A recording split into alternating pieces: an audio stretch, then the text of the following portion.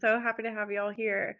Um, so Jacob's gonna has a presentation, but he's also gonna talk with us too. So I know a lot of times everybody comes in a little bit late, so I just was gonna have a start around 12:05.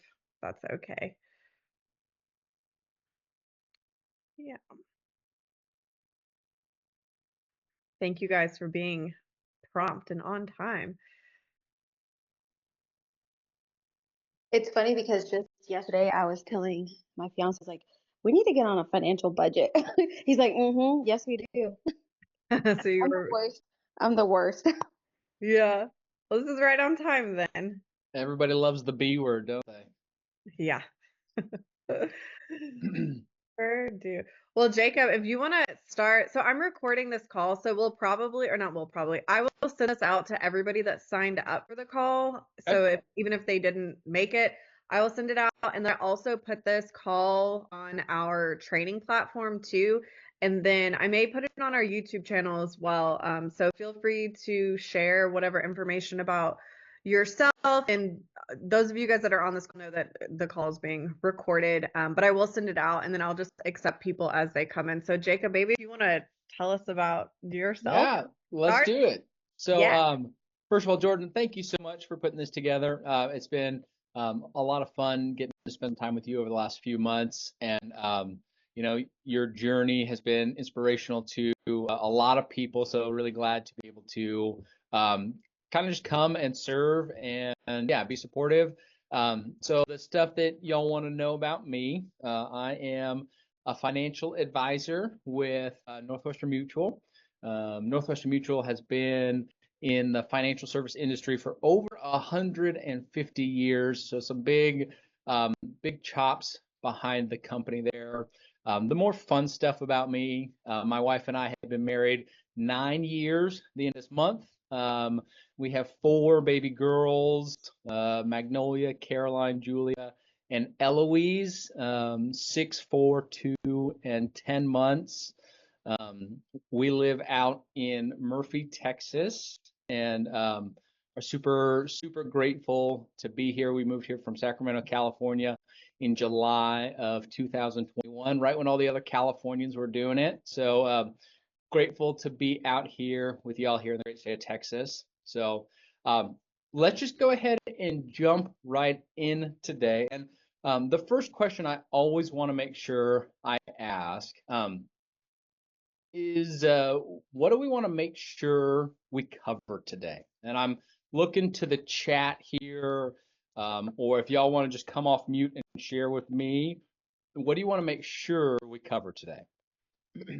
I like taxes, how to handle your taxes, if that's something you can talk about. Yeah, Nicole, for sure. We can definitely spend some time talking about taxes. Yep. What else? Maybe from like an entrepreneur standpoint, like what percentages you should be setting aside for growing your business, like how to keep in mind those types of things, like what you invest back into yourself as a business owner, all of that. Yeah, absolutely. How do we strategically save and invest money, like realizing that we are business owners and we need to invest in our business as well? Absolutely. Alan, I saw you come off mute. Did you want to add something? No, sorry, I think that was just my headphones. No worries. All right. Well, then we'll definitely spend some time talking about taxes and then how do we strategically invest, save money.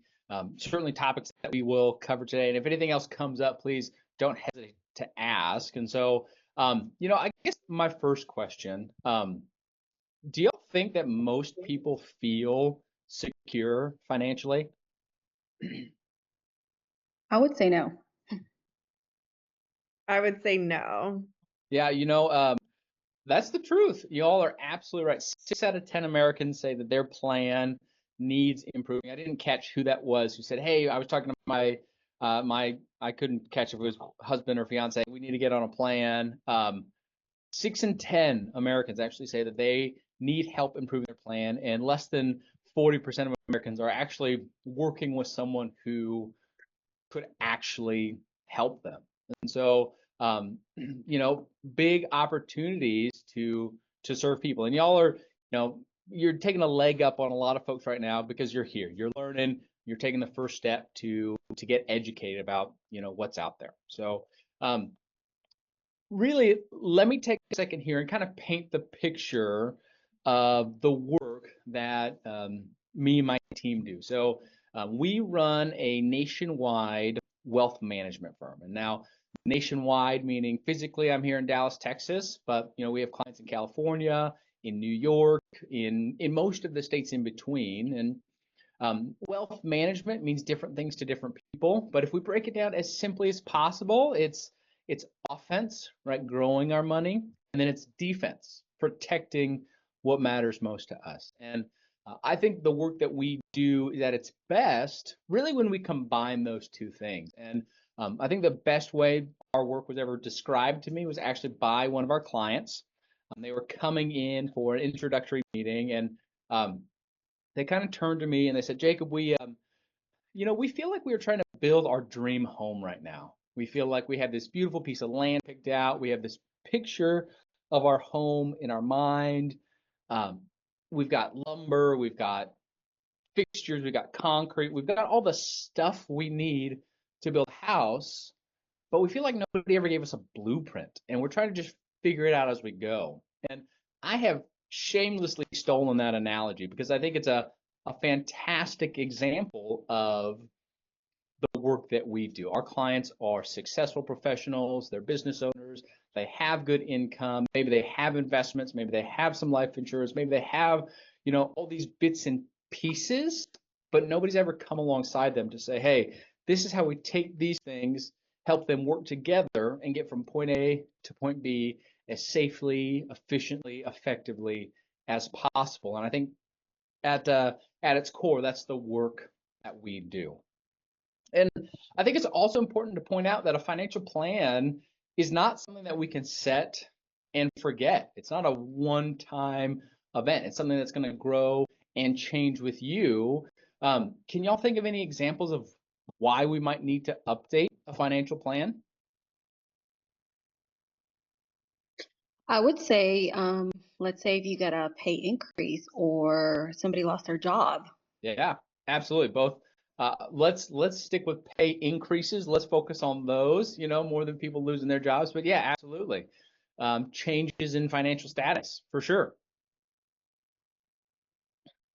Are you looking for another scenario where things could change? Yeah, I would love as much feedback as I can get. Yeah, I understand.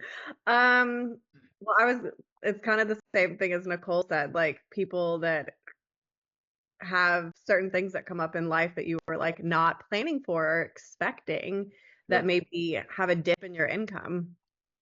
Yeah, absolutely. All great examples. There's lots of things, whether they're positive or negative, that can update our financial plan. And really, what we want to be able to do is make sure we have something that can grow with us, right? So let's take a look at what makes up a good plan. Let's talk about offense. Let's talk about defense. Let's talk about taxes. Let's talk about the B word, the budgets, and let's figure out how these things all come together to create confidence and the best outcomes possible. So, first of all, offense. When we hear the word offense, what do we think about? Football. Sure, yeah, great. That's a pretty obvious one, yeah, for sure. If we think about offense in the terms of finances, what are the tools that come to mind? Investments. Yeah, absolutely. Yeah. We're talking about the sexy, exciting stuff, right? It's the investments, the stock market, the 401k, the real estate, the make my dreams come true sort of stuff. And we definitely want to be investing in the way that's in alignment with our goals. And goals look different for different people, whether we're saving for retirement, starting a business, buying a home. We save for different goals in different ways, and the role of a financial advisor is to help us figure out what's the most effective way to save for these things that are important to me. So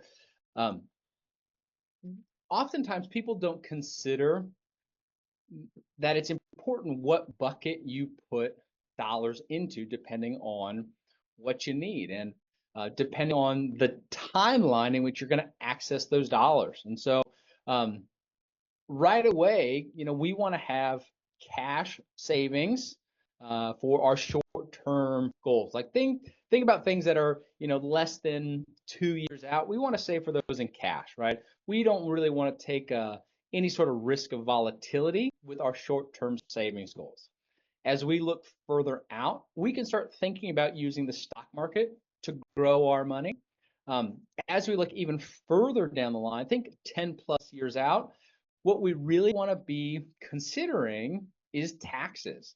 Believe it or not, taxes are the largest point of friction to long-term growth of our wealth. And so as we think longer and longer down the line, it's more and more important that we use tax efficient savings buckets as possible. And I think let's camp out here on this slide for a second and talk about the buckets that are probably best suited to a real estate professional. Kind of going back to your question, Jordan, how do we, budget and save effectively to grow our business?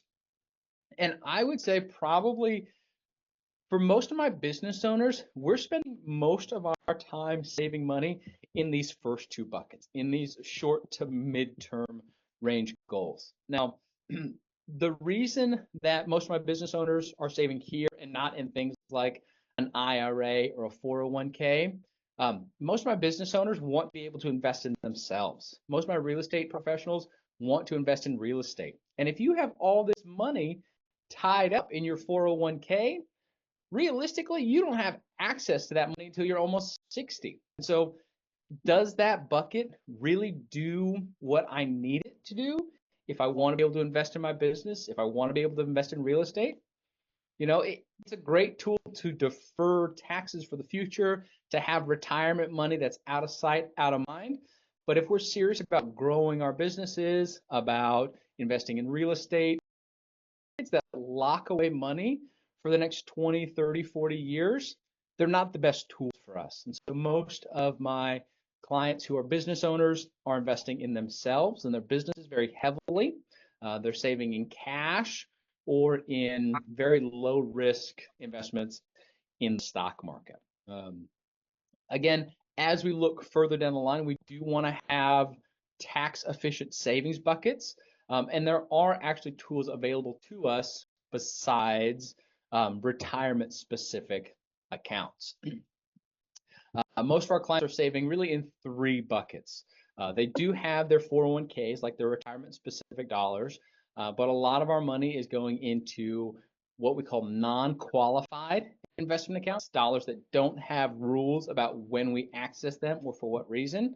And then a large portion of our clients actually use something called cash value life insurance as a tax efficient savings bucket as well. These dollars can be accessed tax-free if we do it the right way, and oftentimes can grow outside the volatility of the stock market. And so if you imagine what's happening right now in the market, right? Things are dropping, going back up, dropping, going back up. Having dollars positioned outside the volatility of the stock market can be very favorable. Cash value life insurance can actually be a very good tool for folks who focus on flipping real estate because it can give us access to liquidity at very favorable interest rates that we can then go out, make an investment, and earn a bunch of money really quickly. The next thing that we think about when it comes to investing dollars is how we want to break up those investments, right? We need to make sure that we've got assets allocated appropriately. Essentially what that means is we want to own a little bit of everything. Nobody actually knows what the stock market is going to do, and anybody who tells you that they do know exactly what the stock market is going to do, quite honestly, is probably full of it, and so I want to make sure that my clients own a little bit of everything because we don't actually know what's going to happen. I think real estate is a great example of that.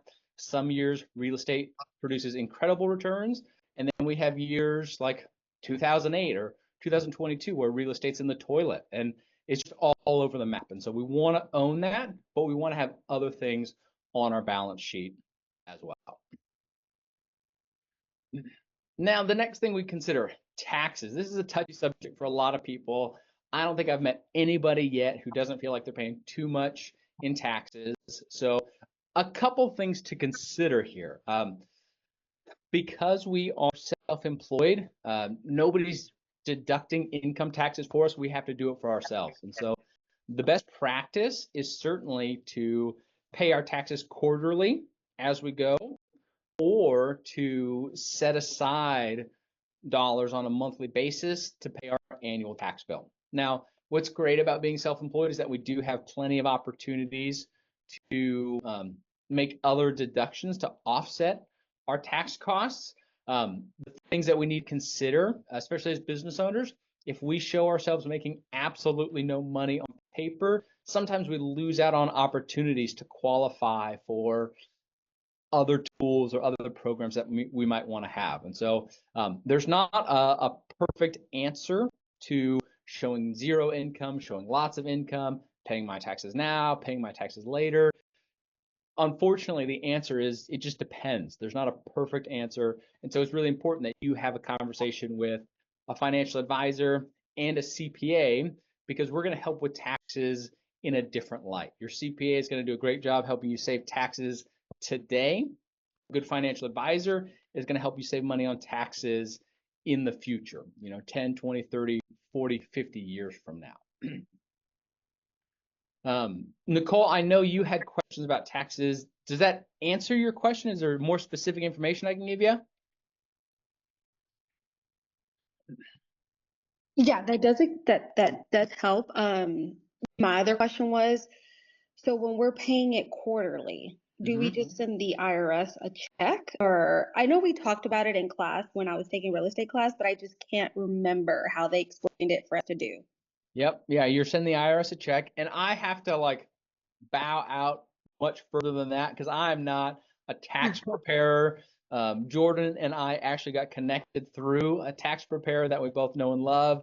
And so if you have really in-depth questions about that, I'm totally going to defer to someone who does that professionally. I know enough to be dangerous, but I can't do your taxes for you. So Yeah. yes, that's essentially what you're doing is you're making a quarterly tax payment to the IRS.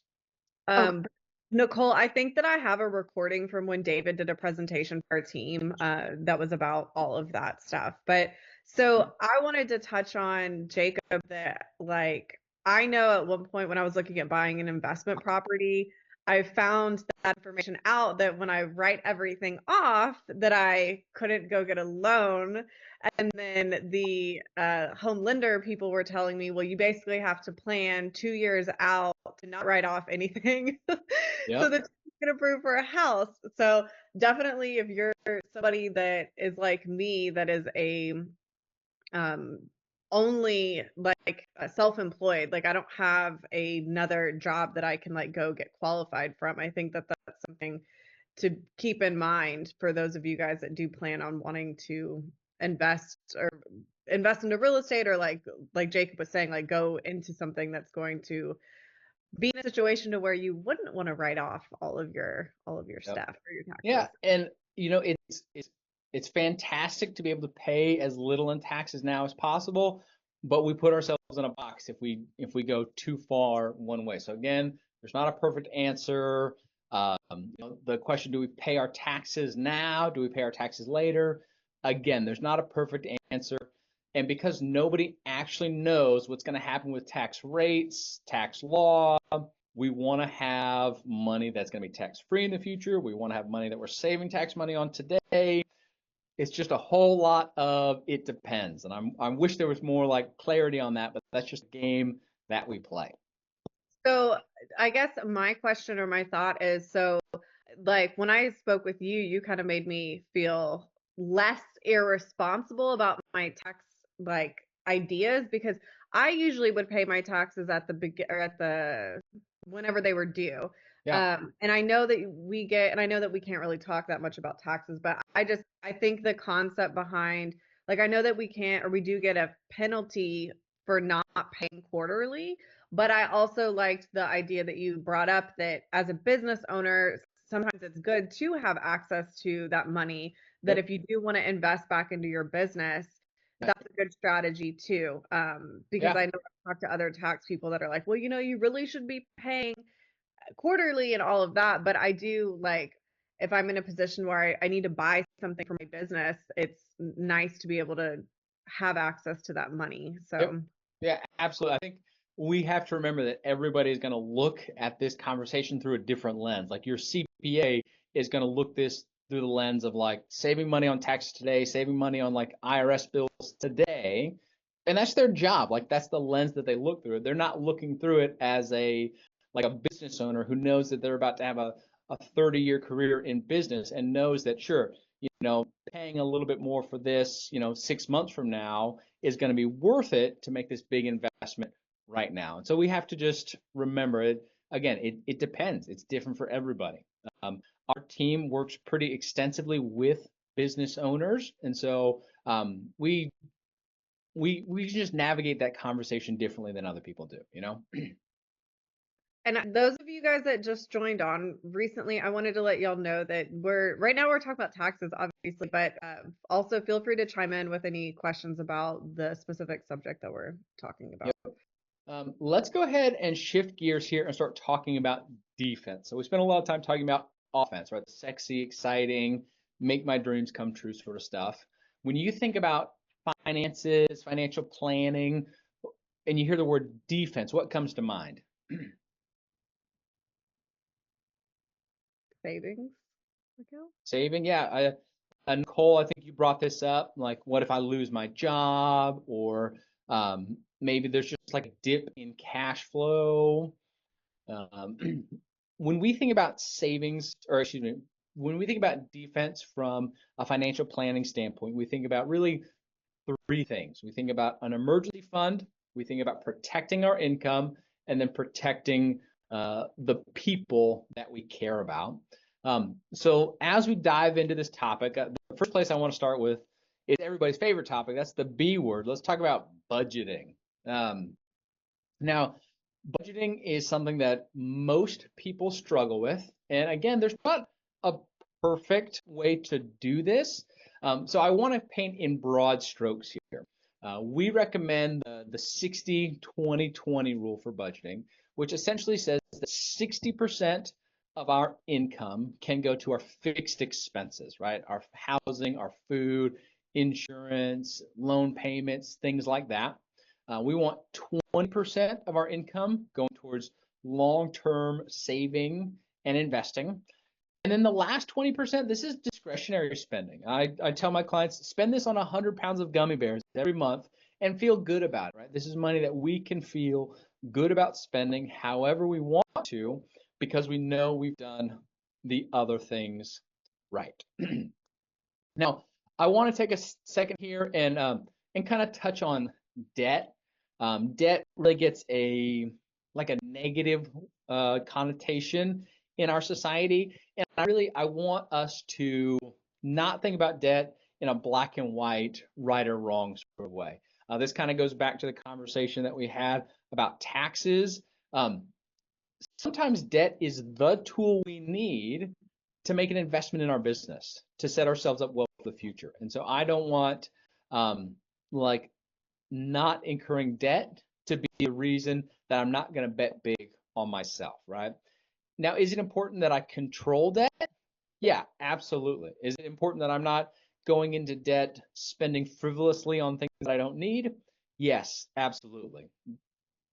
And debt is not a bad thing. Debt can be a good tool for a business owner to set themselves up well for the future. So I want to put that out there because in our society, debt has a very negative connotation. And so we want to think about it as a tool. Can I ask a question? Yeah. So as a business owner, I know like when I first got started as an entrepreneur, I had somewhat of like a mentor, I guess you would say. And like this person was very bootstraps, like we're not investing. They didn't want to go into debt at all, like Sure. to get that business started. So it just like as we made a little bit of money than we like did. And it was so slow building something. Sure. And so I guess I just was curious about your take on, you were speaking to about debt's okay in some scenarios. If you're trying to grow a business, say you need to buy something that you don't just want to spend all of your your checking account with, like what Sure. is, can you speak to that at all? If you're like trying to grow your business, you need to invest in it. Maybe you don't have an investor, like Sure. are small business loans or all of those types of things. Yeah, so small business loans are awesome resources. Um, Again, I'm not a small business lender, so I can kind of speak to this in like general terms, and connect y'all to good folks who can help with small business loans. Um, I think really we just want to be like diligent and thoughtful when we decide to incur debt. We don't want to be spending willy-nilly, just like, yep, we're going to do it. Yep, we're going to do it. Like my wife and I, for example, we check in on our budget almost on like a weekly basis. And at this point, it's just a quick conversation. Hey, are we spending in the categories we decided that we were going to spend in? And if we decide that we need to incur some debt, like, are we doing it for the right reasons? Like, are we looking at our budget through like the lens of our values and the things that we've decided are important to us? Our family, our children, our home, our business. Like, these are categories where we're willing to incur debt to live through our values, right? And so, like, we don't incur debt to go on big trips. We don't incur debt to buy fancy things, but to like make an investment in our business, to make sure that our home is safe and secure, to make sure our kids have what they need. Like, those are things that through our like value lens are worth incurring debt for. So again, it kind of comes back to just, it's different for everybody, depends on your priorities. My encouragement would be to like be very diligent when you incur debt, and maybe like talk it through with someone. Don't make that decision in like the echo chamber of your own brain, you know? That's a good answer. Thank you for You bet. I'm really good at saying it depends. that. Yeah, lots of creative ways for that. All right, so we've talked a little about budgeting, a little bit about cash flow. The next thing we think about with cash flow is having an emergency fund. Having money in cash is not sexy, it's not exciting. This money's not really growing for us, but having cash on hand is one of the most important things that we can do to make sure that we don't need to take on debt for silly things, that it makes sure that we can kind of maintain like a certain standard of living. We're not experiencing these big peaks and valleys, because as self-employed, entrepreneurs, like, income goes up and income goes down. And so having cash on hand helps us just level out cash flow issues. Cash flow issues are the number one concern of any business owner that you talk to. And so having cash on hand is one of the most important things that we can do. The goal is to have close to 6 months worth of living expenses in cash, in a savings account, in the bank. I use the Marcus high yield savings account from Goldman Sachs. I can share my link to it with the group after we wrap up. It's a savings account that doesn't have any sort of fees to it. It has same day access for transfers to my typical checking and savings account. And right now it's paying close to 4% interest. And so when I compare that to the 0.0001 I get in my checking account at Bank of America, it's a pretty solid investment. And so I really like that. And when it comes to setting aside money every month, really, like, the strategy, it's not sophisticated. It's an auto draft from my checking account. I set it up to draft twice a month, every month, no matter what. And on the months where cash flow is tight, I figure it out. Paying myself first is one of my highest priorities. And so I encourage all my clients to do the same thing. And even if we're just setting aside, $25 or $50 every 2 weeks, being in the habit of saving, it changes your mindset, right? You start thinking of yourself differently when you can say, hey, I save every month. And that's the habit that we want to build. Um, questions about saving as a habit or a practice.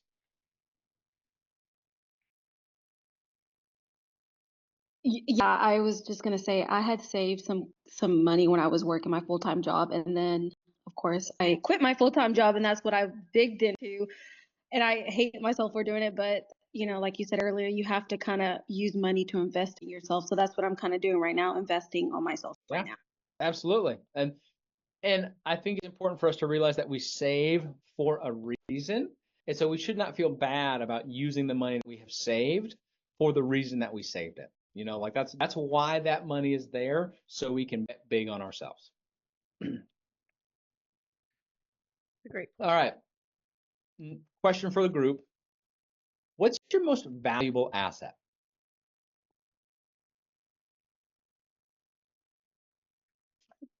I would say my knowledge, my work Okay. ethic. Yeah. Yeah. Nicole, you are actually more correct than you realize. It's you. It's your ability to earn income. Most people think about their home as their most valuable asset or their savings account balance as their most valuable asset, but believe it or not, you are your own best asset, your ability to earn income. And let me paint the picture for you here, right? Imagine um, instead of being a real estate agent, imagine that you are going out to buy a piece of commercial property, right? You go out and you buy this piece of commercial property, and this piece of real estate is going to generate $100,000 a year in income for the next 30 years, right? Over $3 million over the course of the next 30 years, right? And your real estate agent turns to you and says, "Hey, you should probably get like property insurance on this building, like in case there's a $500,000 a year in income, like it probably makes sense to put insurance on this building." Would anybody look at your real estate agent and say, "No, that's a silly thing to do. I'm not gonna invest in like insurance to protect my income"? Like, would anybody not insure a commercial piece of real estate like that? And the obvious answer is no. Of course we would do that. Oftentimes we don't realize that we are that commercial piece of real estate, that my income is just like that real estate income, that ability to generate income over the course of many years is hands down my most valuable asset. Um, and there are actually ways to protect that income. And so, what do we do? Well, for most of the W-2 world, they can go out and they can get a group disability insurance policy. Now, because y'all are self-employed, there's no group policy here. It's all up to you. And so, again, we can go out and put an income protection policy in place that essentially says if, I get sick, I get injured, I'm so depressed I can't get out of bed. If a medical professional says, "Hey, Jordan, you need to cut back on your hours for your health," for whatever reason, we can replace the income that you would have earned from your job, from your business. And so this is a huge piece of the work that we do for business owners, because if they're not working, there's no money coming in. Now, what's tricky here, and this kind of goes back to showing income, like the only income we can cover is income we prove on paper. So if I tell the IRS I only make $36,000 a year, but in reality it costs me $72,000 a year to live, well, an insurance company, unfortunately, is kind of handcuffed and can only cover that income that we can show on paper. So again, this is another situation where we want to be able to show potentially more income for a season, not forever, but for a season, to get that sort of coverage in place. Now, there are other tools that we can use to cover what we call business overhead expense. And so that can be separate from your income, the dollars coming home in your checking account. It can cover things like, for me, like a portion of my mortgage, my car payment, my insurance, utilities at my house, my cell phone. Those are all business expenses that I can cover with a standalone policy. And the rules there are a little different. So there are ways to kind of work around that, we can prove what we show on paper, um, but we have to get pretty strategic about it. So I want to chime in about this. So those of you guys, I'm sure some of you guys know about my personal journey, but there was a time in my life in the past couple years that I had to stop working because of a medical diagnosis slash this conversation about being so depressed about this medical diagnosis that I could not physically work anymore for like 6 months. And this would have been so helpful to have short-term disability insurance because I had to completely stop working because I was no longer able to drive a car anymore. Yep. So although this is like things that maybe we think, oh, this may not happen to me ever, I just want to speak from like a truthful place that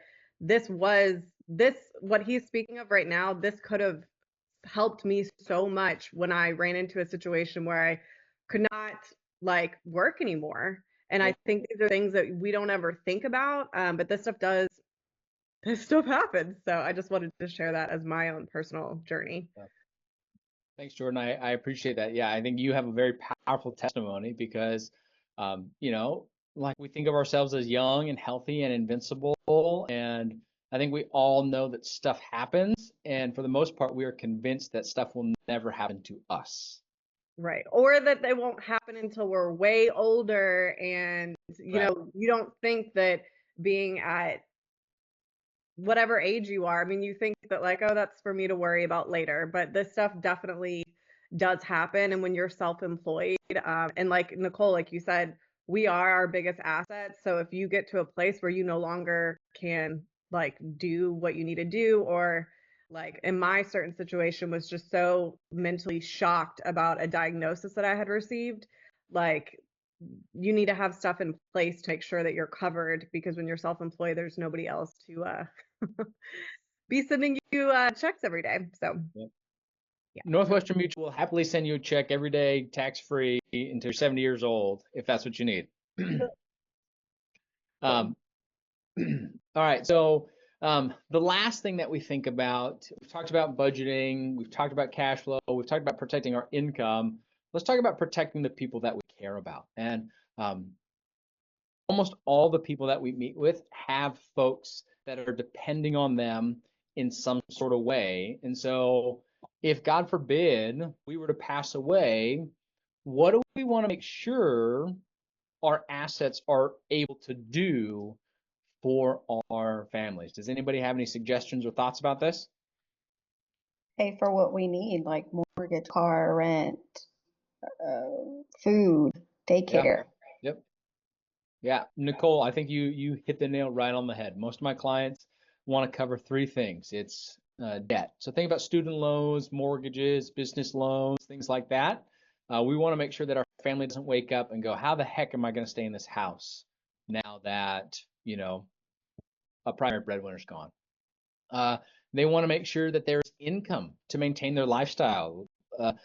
Nicole, like you hit another one, daycare. Like if my wife were to pass away, my wife stays at home with my kids. Like I don't know how in the world I would run a business, maintain my household, and take care of my girls all at the same time. There's no way that I'd be able to do that. And then the last thing my clients want to take care of is education for their kiddos. They almost every single one of them says, Jacob, whether they go to college or not, whether they get an education through business ownership or figuring it out on their own, I have worked too hard not to set them up well for success. So I want to make sure that there is something there for them to give them a jump start if I'm not around anymore. And so those are the big things that people want to cover with stuff like life insurance. And so we want to make sure that we put that stuff in place. We're kind of wrapping up here, folks, and pretty clearly we've seen that there's a lot of elements that go into a good financial plan, and we saw that it's pretty important to make sure that our plan is up to date as our life changes. And I think the thing that I want you all to take away is that you are the most important element of the plan. And while it can be really intimidating, like making a start at this thing, because we don't know where to start. And for a lot of folks, it's frustrating because we can't start where we think we ought to be able to. I'm X number of years old. I've been in business for this long. I wish I was further ahead. Um, the most important thing that you can do is just start. And I the way I coach my clients, I think uh, I tell them to think about personal training at the gym. Everybody walks into the gym the first day, and in their minds, they're picturing themselves stepping up to the squat rack and like squatting 500 pounds. That's what everybody's picturing. But we get up there and we squat the bar, right? No weights on it, just the bar. And then the next day, you're like shaking like a leaf. Your legs are all wobbly. You can hardly sit down, but you made a start. And a good financial advisor really is just going to encourage folks to step up to the bar and make a start. And over time, we can add weight, we can add resistance, we can grow our saving and investing plan. But what's important is that we start, because really perfection, waiting until all the I's are dotted and the T's are crossed, like perfection is the enemy of progress. Because like I hate to break it to y'all, but we're never going to be in a spot where all the I's are dotted, all the T's are crossed. Entrepreneurship, life in general is messy and does not go according to plan. And so we just need to step up and make a start. So, we've talked a lot about protecting ourselves, about growing wealth. And remember, these things come together really successfully. Um, I'll give a little pitch for Northwestern Mutual. What's really important in starting this journey is finding someone that you trust, and whether that's me or any other financial service professional out there, make sure that you find somebody who has your best interests at heart and like understands what your goals are. Certainly we want to make sure that they are supported by a company with a good track record that has financial stability, that is going to be there when something goes wrong or when you need them to be there. And maybe I'm biased, but Northwestern Mutual happens to be a 150-year-old company with a really good track record of showing up when people need them. And so that was really what I brought for us today. And so I definitely want to open up the the conversation to questions if anybody has them. So with your company, how do you charge to be with your company? What's the price? Great question. So my team gets compensated in a couple different ways. We can do something called fee-based planning. And fee-based planning, typically in my experience, is best for folks who have a very complicated financial picture. Think about people who own businesses, have significant real estate portfolios, and need a lot of horsepower behind the financial plan that we put together. Think about like I would need my team to reach out to the attorneys, to the CPAs, to do a lot of like accumulating of data. We put that together in a very comprehensive financial plan, and then we deliver it to you and say, hey, all right, our job is done. This is the best thing that you can do with your money, given your circumstances and your goals. Now you can go out and implement that yourself. You can pay someone else to implement it, or you could pay us to implement it. A financial plan can range in cost from $1,000 to $10,000, depending on the situation. So that's fee-based planning. The other way that we get compensated is through a solutions-based approach. We would still have like an introductory conversation, much in the same way we would for a fee-based plan. We would still collect that data and learn about your goals. We would deliver a financial plan that would be less in depth than something that we would, charge for, but certainly would bring a lot of value and give you clear recommendations as to how to set yourself up well for success. And it's those recommendations and you taking those recommendations, that would be how we get compensated, whether it's a fee to invest money for you or a commission from an insurance company to help get you some life insurance set up, something like that. That's how we get compensated. So there's the fee-based approach where it's just advice, or there's a solutions-based approach that says, hey, Nicole, in this conversation, we found that we need a little bit of this. Let's go out and get it. Great question. What else? I had questions. I'm just like trying to remember them. Happens. So, as somebody who's like a brand new, like self-employed person, what do you think is like the best, I don't know, maybe three things that you could suggest for somebody to do as like a newly self-employed person? Man, well, for me, when I like dove into self-employment, I was very fortunate that I had been diligent in my W-2 job and I had saved up my emergency fund. So I had some cash on hand. And so um, I encourage folks before they totally leave their W-2 job to save up money because cash flow, goes like this when you own a business. Um, I would lock in some long-term disability coverage because if you get that covered, you get that supplement locked in while you're a W-2 employee, you can take that with you when you become self-employed. And an insurance company's not going to take it away because you've got a new job because you're now self-employed. Think of like you can get of benefits that you can take with you everywhere you go, right? Oftentimes folks are scared to leave their jobs because they've got good benefits, right? And while benefits are great, that's not a great reason not to go invest in yourself and start a business, especially if you can have those benefits and take them with you. So having some savings, locking in those benefits before you leave your company. And then for me, it was just like pray like crazy and get around people who catch the vision. Having I think this community is a great example of like having people who are like-minded around you.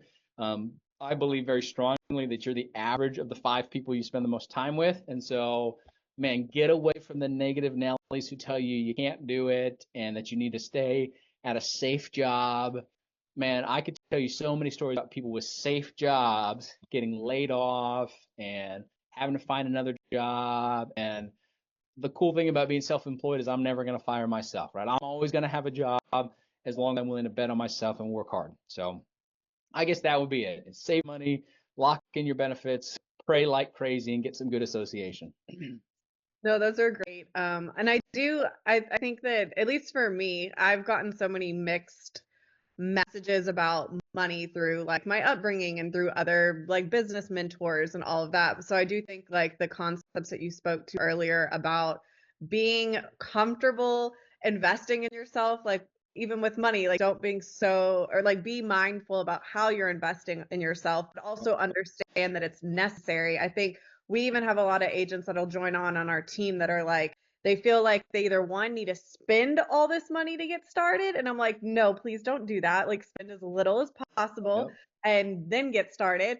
I see people do that, or I see people that are like, well, I can't invest in like a system that I need to do my business because I don't want to spend any money until I have money coming in. I'm like, well, how can you get money coming in if you're not getting the things that you Doesn't need? work like that, right? So I think I really appreciated like the topics about being mindful in what you're doing in order to invest in your business, but also understand that it's a part of it too. So that was Yep.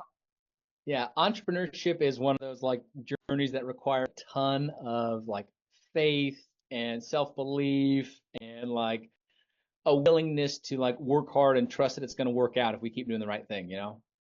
absolutely. We have a couple agents that are on this call specifically that are newly like they had a W-2 job and now they're like newly, hey, this is all I'm We're doing is I'm doing betting it. on myself. So Love it. I know that the couple of agents that I'm speaking to, I've seen a lot of great. They're going up and up because they are investing in themselves. So I think this call was right on time to help set everybody up that is either newly self-employed or that's going to be self-employed to make sure that you guys are making good decisions on your Yep. way to that journey. Because I know for me, I've had to learn a lot of mistakes the hard way. So hopefully this like set y'all up to start your journey in a good place. So thank you so much for your time, Jacob. And will you put your contact info in the chat? You betcha. Here, let me do a couple things here. Does anybody else have any other questions? I know a couple of y'all jumped on the call after it started. This is the time to ask.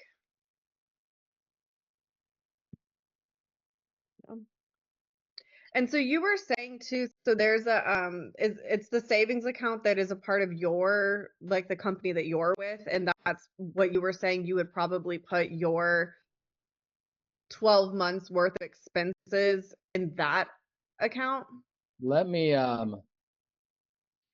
throw it up here. So that account is actually through Goldman Sachs, Oh, okay. and Goldman Sachs, it's the Marcus account here. I'll throw it in the chat here. It's a great resource, doesn't cost anything. This is where I keep my emergency fund. A great place to just hold cash. Um, yeah, no fees, and it pays a pretty decent interest rate compared to what you get at your bank. Cool. Well, I don't have any other questions. Thank you so much for your time, Jacob. And y'all definitely reach out. Are you on social media, like on Instagram, like on a business level? I am not on Instagram. I'm not on TikTok. I've had a handful of people in my networking group really giving me a hard time for that. They said, Jacob, that's the way to meet people these days. And I see maybe that for you. maybe I'm an old fogey, but I'm on Facebook and LinkedIn, and that's about it these days. Cool. Awesome. Well, thanks again. And I will put the notes up to this call. Those of you guys that joined in late, I'll put the AI notes overview of this call in our training platform. And then, yeah, Jacob's in our Facebook group too. So I guess I don't know if you know Sean, he's an attorney, a real estate attorney, but he's just in that group. So if people like ask questions about things like, I don't know, he's kind of just like a resource and he uses that group to network. So we appreciate you and thank y'all again for jumping on the call. Thanks, Jordan. Thanks, y'all. Have a good one. Thank you.